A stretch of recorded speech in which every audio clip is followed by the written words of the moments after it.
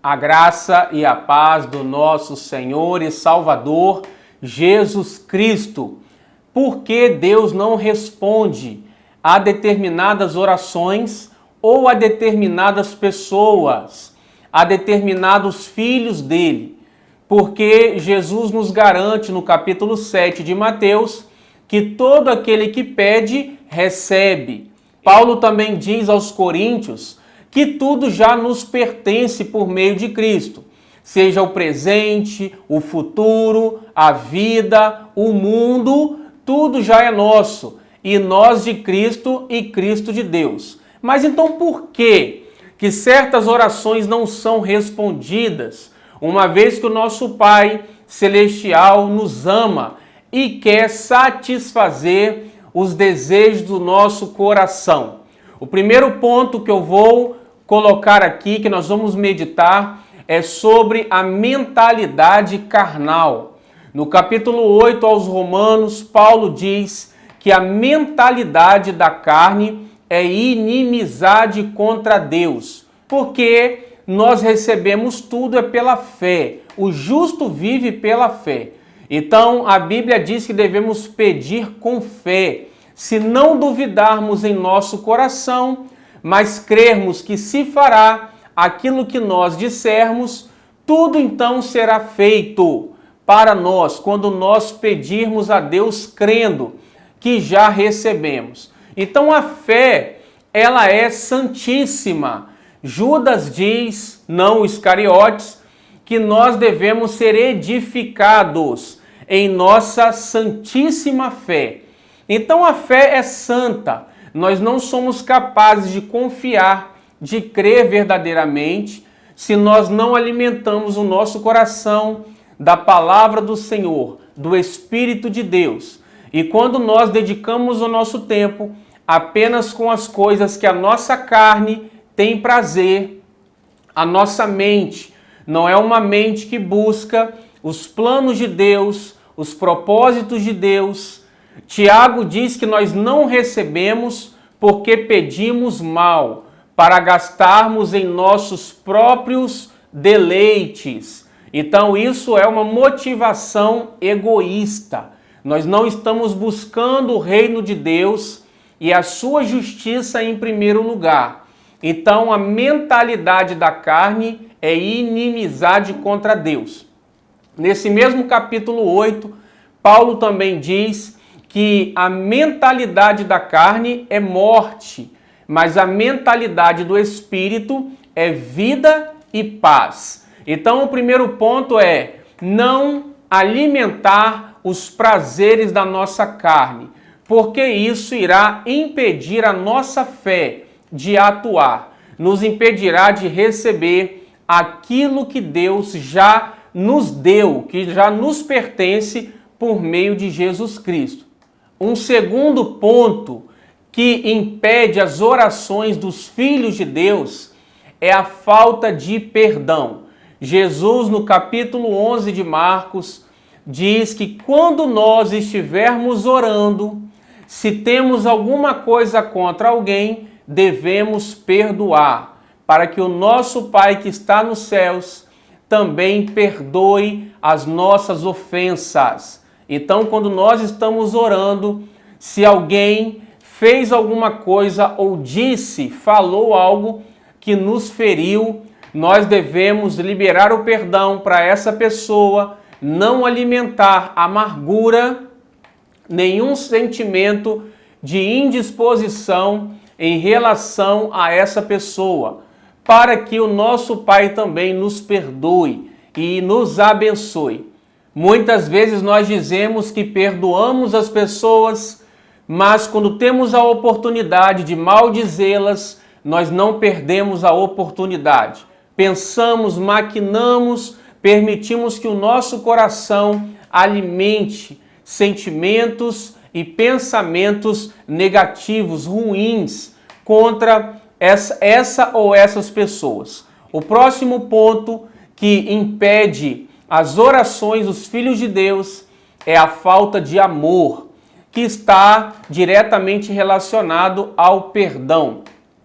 Pedro diz que os maridos devem honrar as suas esposas, porque elas são herdeiras juntamente com os maridos, com os esposos, para que as nossas orações não sejam impedidas. E é claro que isso vale também para a mulher.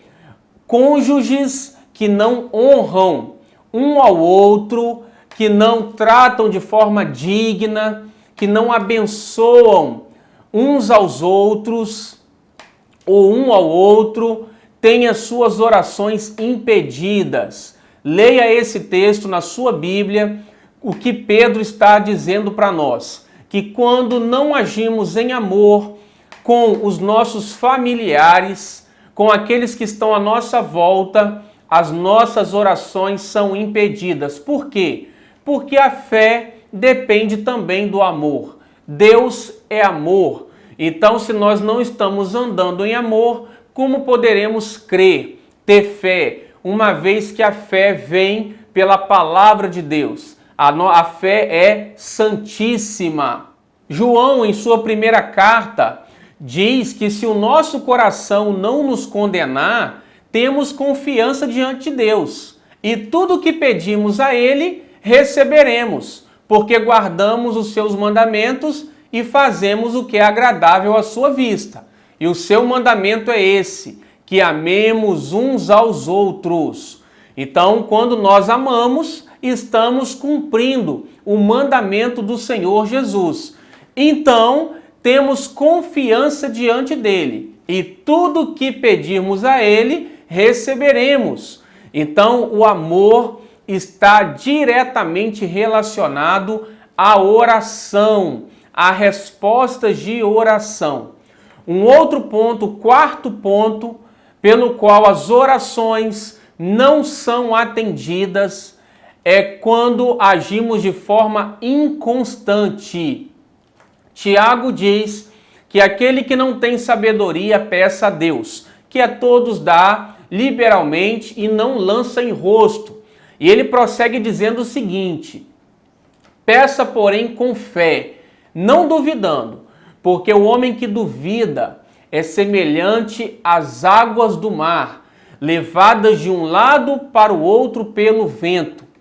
Homem inconstante, não pense que receberá alguma coisa do Senhor. Então, quando nós não perseveramos em servir ao Senhor, em nos alimentar da palavra dele, em frutificar no reino dele, nós impedimos a Deus de nos abençoar, porque a fé se manifesta por meio de obras, por meio de ações, por meio de palavras. Quando nós não somos perseverantes em nosso caminhar em Cristo, com Cristo, nós temos as nossas orações interrompidas, impedidas.